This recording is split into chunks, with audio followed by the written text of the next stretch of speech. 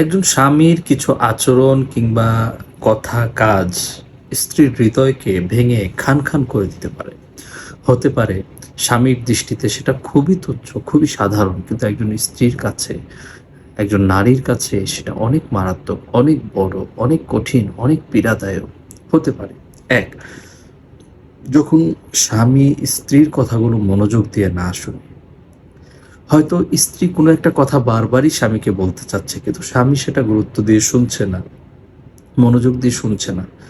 ফলে এটা একজন স্বামীর কাছে, একজন স্ত্রীর কাছে এতটাই কঠিন হতে পারে, এতটাই পীড়াদায়ক হতে পারে, যেটা আসলে হয়তো ভেবে চিন্তে সেটা বলা কিংবা বোঝা সম্ভব না।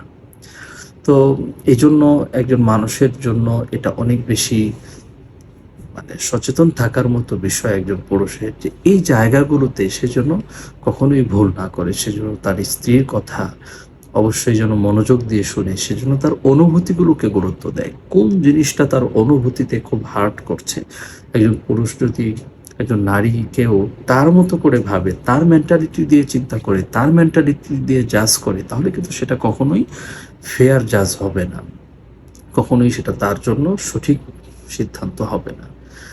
তাই আসুন, আমি প্রত্যেক পুরুষকেই বলছি, আপনি আপনার স্ত্রীকে যে কোনো কথা বলার আগে সেটা ভাবুন যে এটা তার অনুভূতিকে আঘাত করে কিনা, তার অনুভূতির প্রতি আপনি যে আচরণটা করছেন এটা তার কাছে মনে হতে পারে কিনা যে আপনি তার কথা শুনছেন না, তার অনুভূতিকে গুরুত্ব দিচ্ছেন না, এবং তার এই অনুভূতি গুরুত্ব না দেওয়াটাকে আপনি স্বাভাবিক মনে করছেন, এরকম কোনো কিছু আপনার অজান্তে আপনি না বোঝাতেই হয়ে যাচ্ছে কিনা।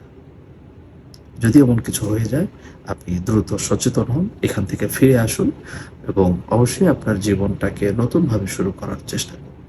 ধন্যবাদ।